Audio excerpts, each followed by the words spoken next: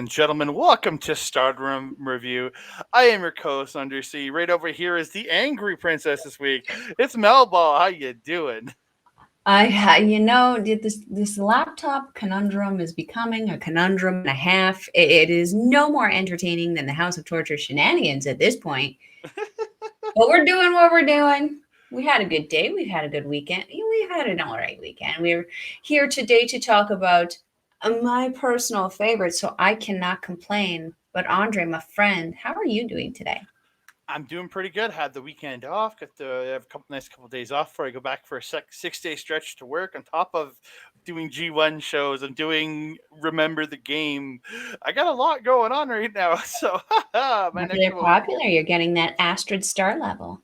No, not even close. Not even close. I'm nowhere close to Astrid star level. I can tell you that. Love you, Astrid. Pick the wrong time to pick up my shaper cup. But we are here to talk about somebody gosh darn amazing, and you're right. Right on Mel's shirt, we're here to talk about Utami Hayashishita, ladies and gentlemen. We're here to talk about the three matches. Three of the four, because we found out she did a match 3 hours south of us, and I was kind of pissed off after I found that out, because if I wouldn't known she was been there, I would have drove down. Yeah, so Tony Khan, you dumbass.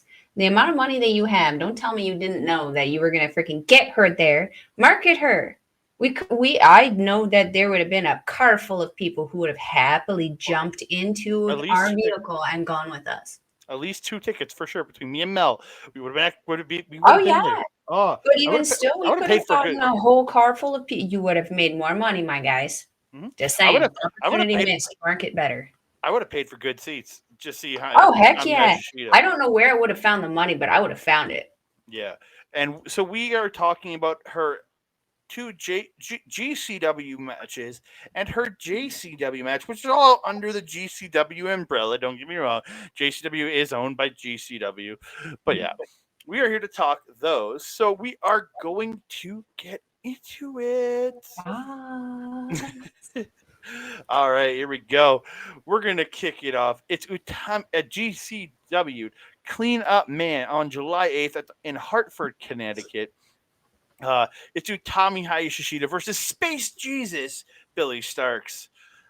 I've seen a few matches of her, so I've never known the Space Jesus line, but it was great. And then she comes out to Aliens. Aliens Exist by Blink-182. That just made me even happier. So it's just like I fell in love with her right then and there. When Utami went up to the corner, everybody just showered her in streamers. Look, perfection. There was a big Utami chant before the introductions. Rightfully so. Yeah, absolutely great. Referee for this match, Scarlett Donovan. I wrote it down because I was listening. I wrote down all 3 of the refs. I didn't really notice her in this one, so good ref. Yeah, she did a good job. Good wrestling start off between these two. Billie ends up tripping Utami and drop kicks her in the side of the head, just like whap right in the side of the face. Looked really good. Utami hitting a missile drop kick off the second rope. Looked really nice for it. Gets a 2 count out of that. Billie Starkz stops a torture rack with some elbows, and then they trade a bunch of forearms. Then Billie starts unloading on Utami. Looks really good, but misses a kick, and Utami gets this sick forearm to the jaw of Billie, just wobbling her, and hits it. But then Billie comes back, hits a German. Then Utami comes back, hits her own German, and they're both just down. It was just a great spot there. Billie Starkz gets a bunch of strikes and hits a gory bomb, but only gets 2. Billie ends up running Utami to the floor, and she hit a nice suicide dive to Utami on the floor. It looked really good. They get back. Billie climbs up to the top when they're back in the ring, but Utami cuts her off, hits the superplex, and she rolls through to do another one. But Billie reverses into my favorite wrestler's finisher, MRB's kneecap brainbuster, but she can only get a 2 count out of it because Billie Yoshigoroshi. No, it's the kneecap brainbuster. Oh, I thought it was a Yoshigoroshi. No, it's the kneecap brainbuster. I wrote down Yoshigoroshi because that's what I thought it was. I didn't know. Oh, I know that. That's the one move I will always know. Well, excuse me. I'm not in a mean way, but again, but yeah, she gets, but she didn't, like, they both collapse, and she crawls over to get the cover, but again, only two. Like, it just, these two worked really well together. Utami gets the torture rack in, but Utami slips out of it into a sunset flip, and they go around trading pin attempts. Billie hit the tombstone pile driver, only gets two, so she goes up, but Utami gets the knees up on the swanton bomb. And this is where Tommy gets her up into the torture rack, hits the torture rack bomb, and picks up the big win. Again, absolutely phenomenal match between both of these women. Mm-hmm. Mm-hmm. You pretty much wrote down or said most of what I said. Sorry, what I wrote down. I agree. These two worked very, very, very well together. You can obviously see there was a little bit of a difference in experience. Obviously, Utami is just so lightning quick on her feet because she's been doing this a hot minute. But Billie Starkz, no newbie either. She's been doing this a hot minute too. She's been doing very, very good. But like you could see the slight difference in the veteranness, if you will, between these two women. We saw Utami do a crossbody. We don't usually see Utami do a crossbody, so No. that popped me a little bit. I was pretty excited about that. Mm-hmm. Yeah, that superplex was pretty cool. I just love Utami's strength. She was really power flexing in this one, but Starkz, no pushover. She was fighting back pretty good. Actually would suspect that Billie Starkz would do pretty well over on a Stardom um, um, stage there. So, let's hope for the best on that one. Yeah, I agree with you. These two worked super duper well together. I'd love to see them go again. Yeah, I watched a few GCW events that have had Billie Starkz on them. I found her really good, but really, I think she stepped up even more working with a legend like, and the legend. You say legend, but the girl's 24 and she's been only wrestling 5 years in Utami Hayashishita. But like, she kind of has that legendary feel because she's already been a World Stardom champion. She's kind Mm-hmm. of revered in Japanese wrestling already, and Mm-hmm. like, you saw the respect that a lot of people, at least like the commentary, gave her on this. And again, Mm-hmm. the commentary was great, but I think it was the weakest of the three shows. But I'm not saying it was bad; it was really quite good. I just thought Mm-hmm. the other two nights with Veda Scott on both calls was Mm-hmm. absolutely tremendous. But Yeah, I thought that's who that was. yeah. So I thought they did and they did a really good job of, especially for an audience that may not be familiar with her. Mm-hmm. Doing a really good job of selling who she is to the Mm-hmm. GCW audience, and like giving her the reverence of this. She's a former world champion, multiple time champion, like giving her the reverence. And I really thought they did a really good job in that sense of where a lot of other companies fail. AEW has failed at it, other than Osprey and a couple and like Okada and a couple others. They've really failed at getting these people who are big in other promotions across. And even Mm-hmm. WWE has failed too. And I thought these guys did Mm-hmm. a great job in Mm-hmm. in explaining who she is to the average viewer that maybe has never seen a Stardom show. I agree. I actually don't recall actually listening to the commentary for this match. I know it was on because I was sitting actually in this chair watching it. But yeah, I don't remember actually anything about it. So, yeah, I'm going to assume that you're probably correct on that if there's nothing notable for me. Well, no, again, it was like any other commentary, unless like something crazy happens. I almost want to forget about the commentary after, in a sense. I don't want the commentary to have overpowered what I'm watching. That's fair.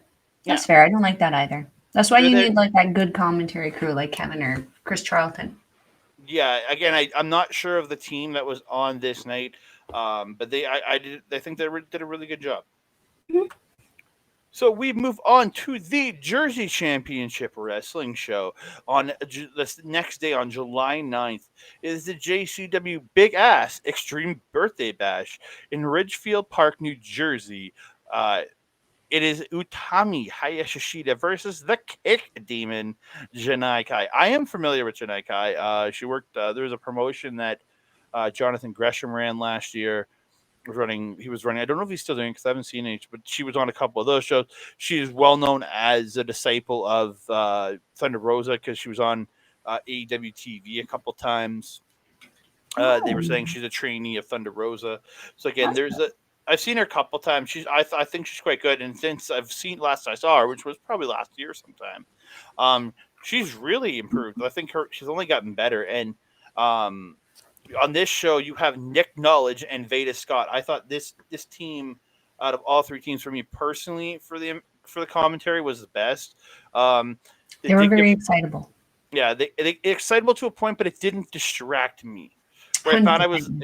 they were kind of distracting on the next night, but not in a bad way. But yeah, Mm, they did say Janai Kai has worked in Tokyo Joshi Pro and GLEAT, so she it has some. showed. Yeah, she has some experience over in Japan. So Kai coming out wearing the birthday hat. So from the night before to this night, so the gear you could see in the picture for Utami Hayashishita, I think that's new gear. I haven't seen that gear for. Yes. Yeah, Yeah, she had the white kick pads on for both of these nights. Yeah. yeah, and she had like just the gear, the top looks different. It's And almost like a classic gear. She's had gear like this before, but like not exactly like it. mm-hmm. It was Yeah, like when she did have the run with the red belt. yeah, so she had this, and then she did wear that again on the next show. But I really Yes, when liked the she new fought gear. Lufisto, she wore my favorite. Yeah. So again, real crowd chanting, "You're gonna get your fucking head kicked in." At the start of the match, like I'm guessing referring to Janai Kai, who is a kick demon. I mean, I arguably both these girls kick pretty hard though. Oh yeah, very much so. But again, I think it's again the crowd's probably a little more familiar with Janai Kai, who For works sure. in there regularly. So again, I haven't heard a "you're gonna get your fucking head kicked in" chant in a long time. Like, And like, just real quick, how awesome was it to just feel the ambiance and the excitement of the crowd as soon as Utami's music hits? oh It's like everyone just flips into like overdrive. I love it. yeah, and the announcers pointing out her giving out the rose every time. Again, Yeah, it's just that's Utami. she had such a presence in the building, and everybody was just marking over. I think this crowd out of anybody had the best, like, smallest crowd I think of all the three shows. Yes. But like you had, like I think the loudest of the three, but I think Also, it's more to miking and might be miking in the building, things like that. Because it's a good chance on the final night. But like I think yeah. just miking in the building, everything, it's when sounded the best for the crowd. 100%. Yeah. 100%. Yeah, girls' goal right here, get a rose from Utami. How cool would that be? I would mark the hell out. I wouldn't even care. Yeah. So good wrestling to start with, and Kai Mhm. ends up getting a headlock takeover, but Utami gets the head scissors, and Kai just kips up out of the head scissors. Look, I Mhm. was like, "Ooh, impressive!" Utami ducking the roundhouse kicks, hits the drop kick, and the lariat on the ropes, and then hits that beautiful sliding lariat for two. Then she transitions it out of the KO into a nice sleeper, but she ends up getting flipped over and then getting kicked in the back repeatedly, and then Kai hits a sick PK to the back. It was just I was like, ooh, because like, it's usually Tommy. I'm going, ooh, with the kicks, Yeah. right? But then Tommy catches the PK to the front and then picks her up and plants her like with like a tackle. Looked again just very like basic tackle, but looked really good. Kai gets Tommy kneeling on the ropes and kicks her and runs in and kicks her and then in the back and then gets a 2 count. Then transition into the Dragon Sleeper. And I like the way she did it with the arm crossed behind the back. Mm. That's the Tommy End influence or Malachi Black. That's the way he does it. He calls it. I think he calls it the Dragon Slayer, but he puts the arm behind the back to pull it tight. Mhm. And that's his variation that she's doing. I really like that.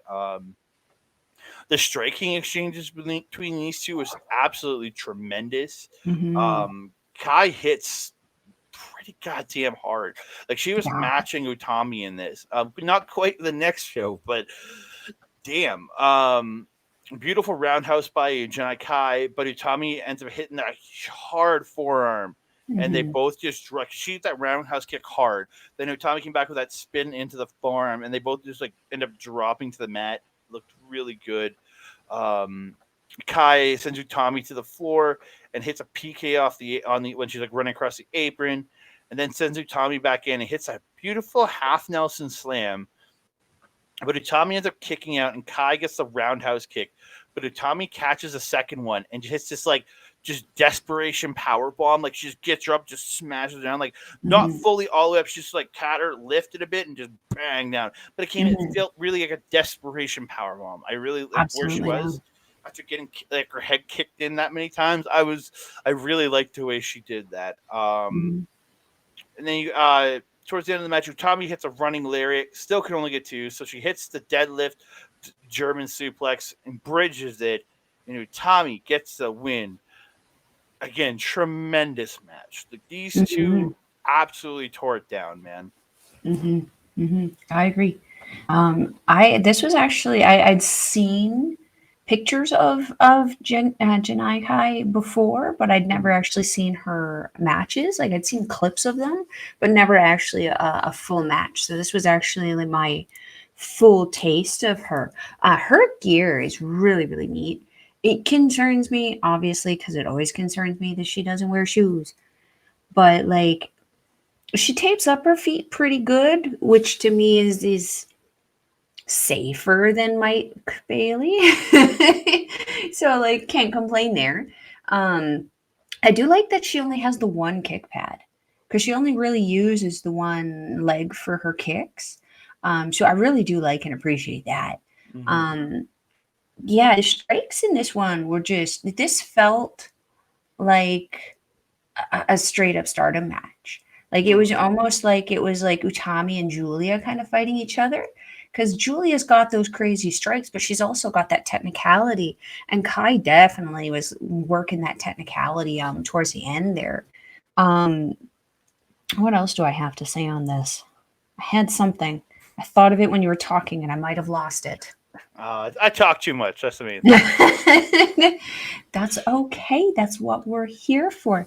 I actually really enjoyed this match. I didn't take a whole lot of notes on it. I just sat and enjoyed it because like I said, it just kind of felt like a straight up Stardom match. Something. Oh, I just remembered. I just remembered. If we're thinking maybe that Kai could come over to Stardom, there's also another little team of like mismatched misfits who are kind of sort of there, kind of sort of not. That much she might be able to like, kind Mm, of meet up with that she could maybe be a little bit of a striker in with Suzu Suzuki and my Sarah. yeah, that Like that that would be pretty cool. that would be pretty dope. I think. Hmm. Yeah. Got a spot for you. Come on over, honey. We'll Yeah. trade Come on. you. We'll give North America Club Venus for a little bit, and we'll take Janai Kai. Yeah. I Send think that's Club a fair trade. send Club Venus and Julia over, and we're good. We might need a little bit more than Janai Kai then. I think Maybe that's send us fair. Billy Starkz and Janai Kai. Yeah, be some good stuff. There you go. So we move on to the final or this I guess not the final match, but the final match in her GCW JCW trio, Correct. Yeah. and it's Utami Hayashishita. It's from GCW Now and Forever at the Melrose Ballroom in New York City, and on July 14th. Mhm. Utami Hayashishita versus Canadian independent wrestling legend Lufisto. I am Mhm. proud to say I've gotten to see Lufisto through RCW. Very happy about that. Mhm. This woman, I think, and again, she is a Canadian independent legend. She was inducted into the Independent Wrestling Hall of Fame last year. I think she's absolutely tremendous. Gotten to see her wrestle in person, and just she's very good. Been around, worked shine. I just missed out on seeing her live in 2016. She had just like kind of left NCW for a little bit. And I get to do an NCW Femme Fatale show. I think no, it was 2015. She was just not there during the show, and I was just like, ah, I was so mad Oh. that I missed that show. But yeah, I missed her. She was just Oh. some time off, but did get to see her in 2021. Absolutely excited about it. Announcers on the show: Dave Prazak and Veda Scott. I think these two did an absolutely tremendous job on this show. Official is Dan Perch, his referee. These two at the start, the shoulder block spot, each running into each other, like running in and then just being like, Mhm. just Mhm. brushing the shoulder Loved off. it. It was just like that was badass as fuck. Like, Mhm. and the fact that Tommy did it back at Lufisto, like they're each brushing their shoulder off. I was just, I love the cockiness of both. Like I love the cockiness of both. Lufisto with the headbutts in this match. Jesus Christ! Like she just cracks her like Utami with a headbutt in the face, and then yeah. later on she's like taking her and headbutting her in the back of the head. I was like, Yeah. God. Yeah, I'm not a So fan of headbutts. We have something to discuss about headbutts also on our next NJPW Purisu review. We'll be talking about night 1 and 2 of the G1 because gosh dang, there was Jesus. some issue on night 2 we need to discuss. I have yet to see that show. We'll be starting it later this evening once we're done recording the show. Actually, as soon as I finish the movie Doom, which I will be talking about on Remember the Game next week. But inverted Death Valley driver by Lufisto to Utami, and Lufisto then gets Utami in the ropes, hits and just up kicks her in the face. It was just like, oh, that one looked again, just that like no protection, and Utami's taking in the face. It was just like then she gets on another rope or on the other rope and then kicking her in the side of the head, just like, and then she then chokes her into the rope. It was just crazy. And then she starts chopping Tommy, and God damn, Lufisto can hit, man. Yeah. Like holy moly. Lufisto stops the torture rack and hits a beautiful Alabama slam, and she gets her own sliding lariat out of it for 2. Yes. And then she applies the camel clutch, and I love the spot when she's taking the elbow and putting it into the temple of Utami. I thought that, like, but no, it's smart. It's smart. yeah, it just gave a little difference to it that you wouldn't normally see, and I really like that. And she has her variation where and it's just I don't know, I really liked it. Again, Lufisto, this is some more headbutts in the corner to the chest, but she's headbutting the chest at least. So I'm not as, it wasn't as bad. She was headbutting her in the chest, so I wasn't as bothered by it because that's soccer players do that a lot to each other, and soccer hooligans do that too. Yeah, but she's hurting herself. It's not like she's risking hitting somebody else's head and hurting them. But yeah, Tommy ended up blocking some blocks the shots and landing her own to Lufisto. But Lufisto like rakes the eyes. But Tommy ends up getting a drop kick and hits a lariat into the ropes and gets her sliding lariat for 2. And then she hits the torture rack into the Samoan drop, but only gets 2. Lufisto gets Tommy in the ropes, hits a running like the Natsuka Tora style running body splash in the ropes, but to the back instead of the front. And then hits this like beautiful bridging tiger suplex, but Utami kicks at like 2.99. It was like I thought it was over. I did too. So close. Oh, so close. Yeah. Flurry of forearms for Utami, but Lufisto sidesteps, gets her up on her shoulders, and hits the Ocean Cyclone suplex, or otherwise known as the electric chair drop, and gets that 2 count. They're trading strikes. Lufisto this is where Lufisto headbutts the back of the head. Like she pulls her down and just starts slapping her head into the back of her head, which I was just like, oh God, please no. God, no. That's like the one spot you shouldn't be hitting somebody in. Again, I know my favorite does it, but yeah. Utami reverses the power bomb into the air raid crash and hits a release German suplex, and then hits the bridging German suplex, but only gets 2. And this is where Veda Scott's, that's what beat Janai Kai on last weekend. And like she's really and I love her calling back to the finish of that. Again, I really like that. Lufisto ends up lifting her, and she hits this beautiful cradle DDT. She can only get 2. Picks her up, hits a very Julia-like Northern Lights driver, and but again, Lufisto only gets 2. So Lufisto gets her into the corner, like seated in the corner, and she runs, hits a cannon or a Conan ball or Kono ball as I wrote it. Man, I'm terrible at spelling, man. Kona ball hits a cannonball goes for the cannonball in the corner, but misses. Kono ball.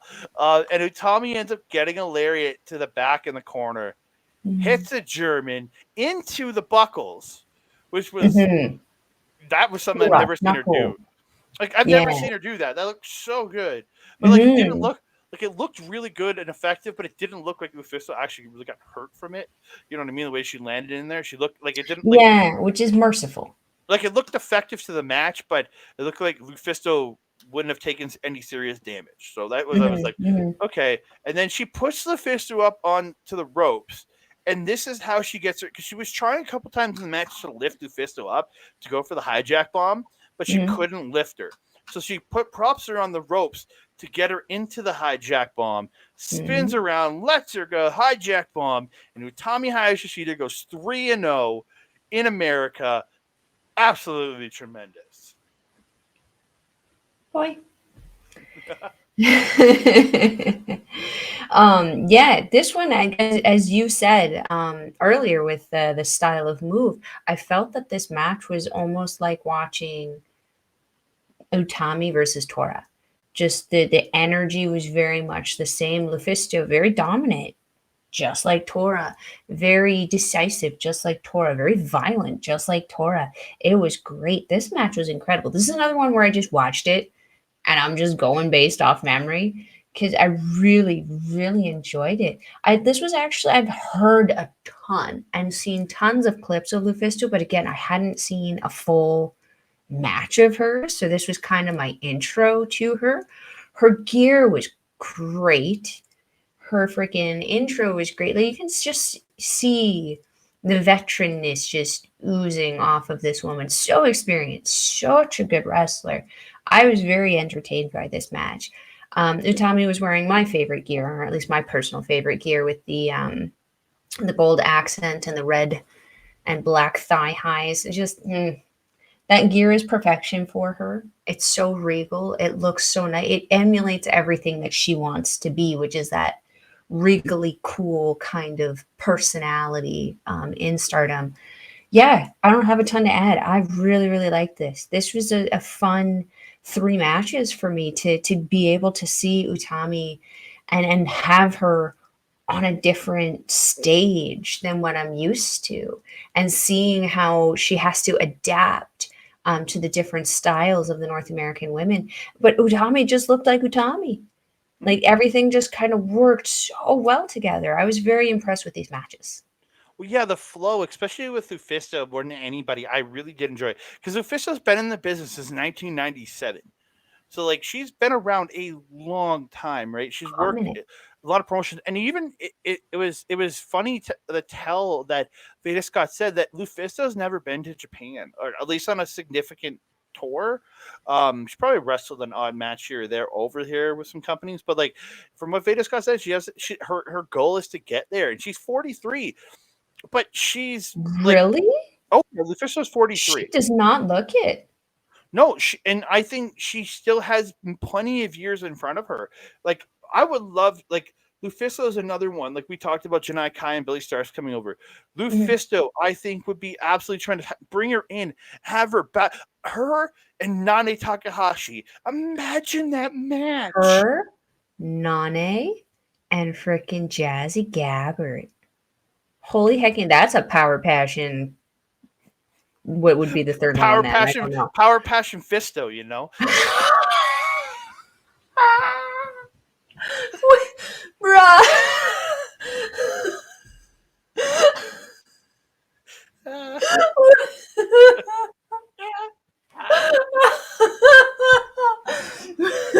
I don't even want to repeat it.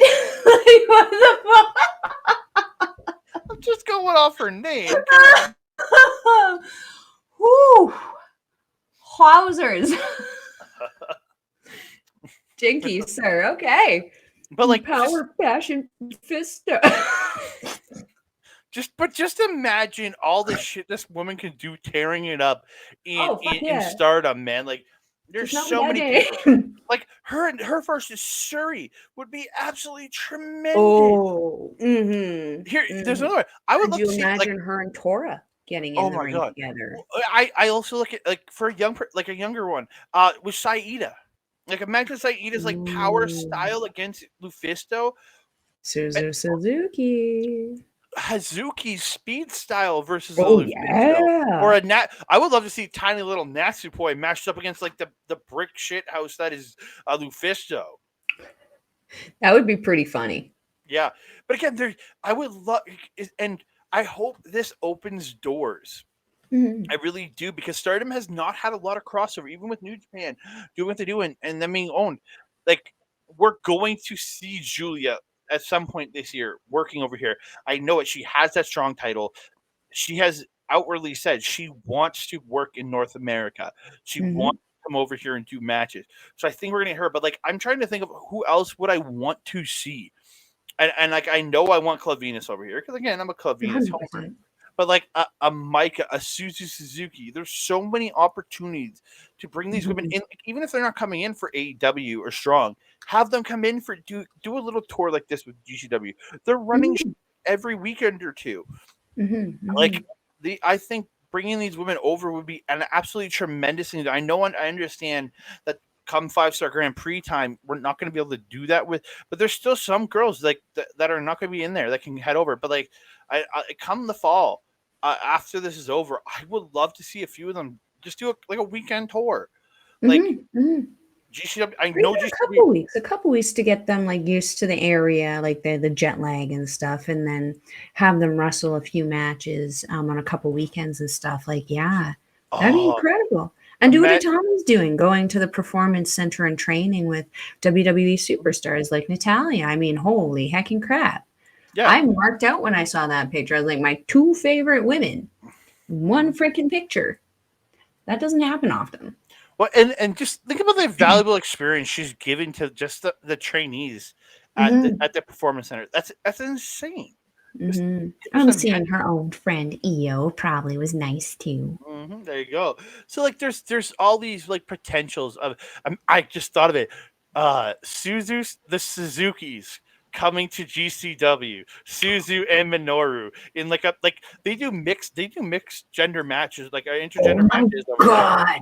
Could Imagine, you like, imagine? I'm sorry. I mean, the first place I go is Nick Gage and Maki Ito or versus Rina Suzu Suzuki and Minoru Suzuki. or their ultraviolet champion Rina Yamashishita. I Imagine, apologize if you can hear that. Someone's weed whacking outside right now. but yeah, I'll think to imagine do it Rina right now. Yamashishita could be there too.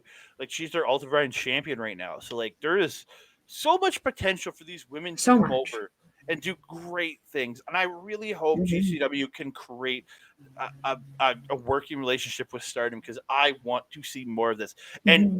if you are looking to watch these matches, the JCW event is free on YouTube. Hmm. Check that out. There's some other great matches on that show. The main event, actually, East West Express, aired a six person tag, which is Nick Wayne, who just debuted on AEW, and you have what's his name, Jordan Oliver in there. Again, both absolutely tremendous. They were in the main event on the JCW show. I think Mel's gonna go back and watch that now that she realized. Yes. Um, Yes. Malball loves her some Jordan Oliver. And then if you want to see any the other two GCW events, you can sign up. I think it's like $10 a month Canadian. I think it's like $8 a month. It's like $8 a month American to sign up for Fight Plus, which gets you all of GCW shows and a bunch of other promotions. Lots of great content there. So if you want to see the GCW shows, they are on Fight Plus. For if you want to just watch them both, pay $8. You watch them both, and then you've got some other stuff for a month, and then you don't have to renew. But again, there's a lot of great content there. I think you're muted, Mel. Still muted. There Still we go. muted. I'm trying to block out whoever is weed whacking at 9 p.m. right now because that's a smart thing to do. Hey, I started at 8:30 this morning, so I mean, 8:30 in the morning makes more sense than 9 p.m. at night. very true. But yeah, I think Mhm. I think we've come to the end though. We have come to the end of our show. And that being said, also, if you're wanting to watch Stardom World, which is where Utami originates from, you can click the link in the description box below. I believe it. I was trying to look up what it was. Stardom-world.com. Yes, I remembered. I did not remember. It is approximately 999 yen, or approximately $10 Canadian, but more like seven. You said what, 37.50? Yeah, 8. We'll go with 8. I literally had 4 of them. No, that's not enough. Quotations. Anyway, it's that 7:30 ish Canadian, which is still worth it to watch some incredible, amazing Japanese women's wrestling. Andre, if the people are looking to follow you on social media, where are they going to find you, and what can they find you on this week? You can find me in a lot of places. I'm on Twitter, Mastodon, Busy, TikTok, busy, busy. Hive, at that Canada guy. I'm on Instagram and Threads at that Canada dude. Um, you can find me at youtube.com/Andre Melball Stock, where you might be watching us right now. You can also find me on the Andre Melball and Andre Melball Wrestling Talk Facebook page. But you can also find me this coming Wednesday and the following Wednesday on twitch.tv/at our local establishment, or twitch.tv/our local establishment, where you can find me talking Marvel Talk with our boy Ol Ed. So looking forward to doing that. And then you can find all of our content over at youtube.com/at backbreaker video. Lots of great content over there. Us, a lot of Mike's wrestling stuff. Asher's got some stuff going on over there. Then you can find Mike, if you want to watch more of him, you can follow him at twitch.tv/Mike the Rep to see all his live gaming content and his AEW watch along every Wednesday. And if you want to see replays of the great gaming content he puts out, is youtube.com/at backbreaker_gaming. Him, TJC, Rick Jules, lots of, and Kayla J is guesting on there a bunch too. Love Kayla J. Lots of great content over there. But you can also find me this not this week, but next week. I will be appearing on appearing. It's all audio with them. And Remember the Game.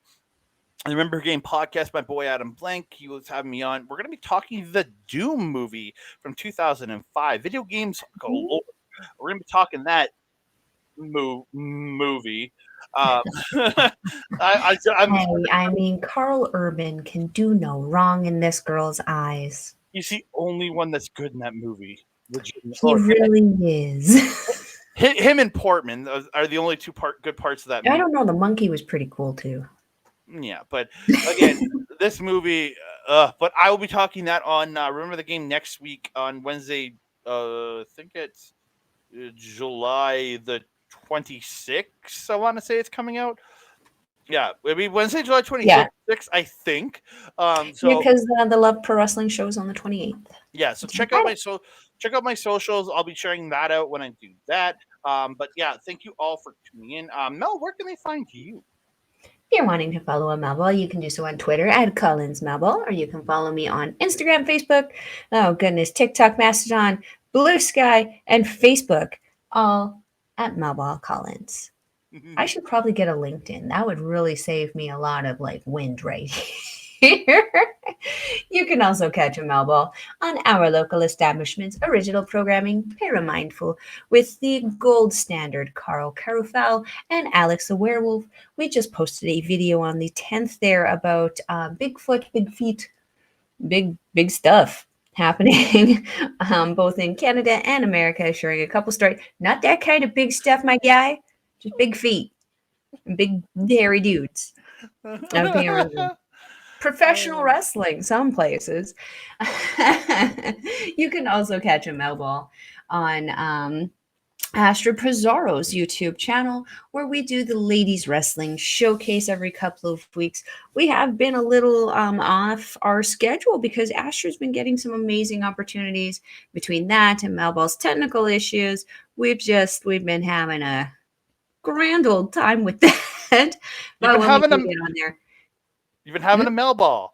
We've been having a Melball time, and that is just chaos, glorious chaos, as we like to say. You ruined my train of thought. Now I don't know where I was going with that. You're finished talking about Astrid running out. That beautiful natural of ours. She is a superstar in her own right, and you want to go check her out again. What's happening?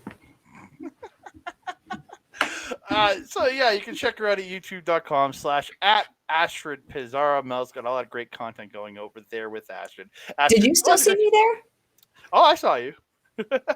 My screen is like black screen of death in me right now. Well, we better get out of here so that you don't. We better drop out of here. I'll sign us out. All right, Andre, if you have nothing left to say to the beautiful people, I'm good. I Thank you am so your very much. Melball. What? I just wanted to say, so thank you all very, very much. Thank you all before my computer dies again. I love you guys. And that being said, I am your Melball. Over there is Andre. We will see you next time. Mwah.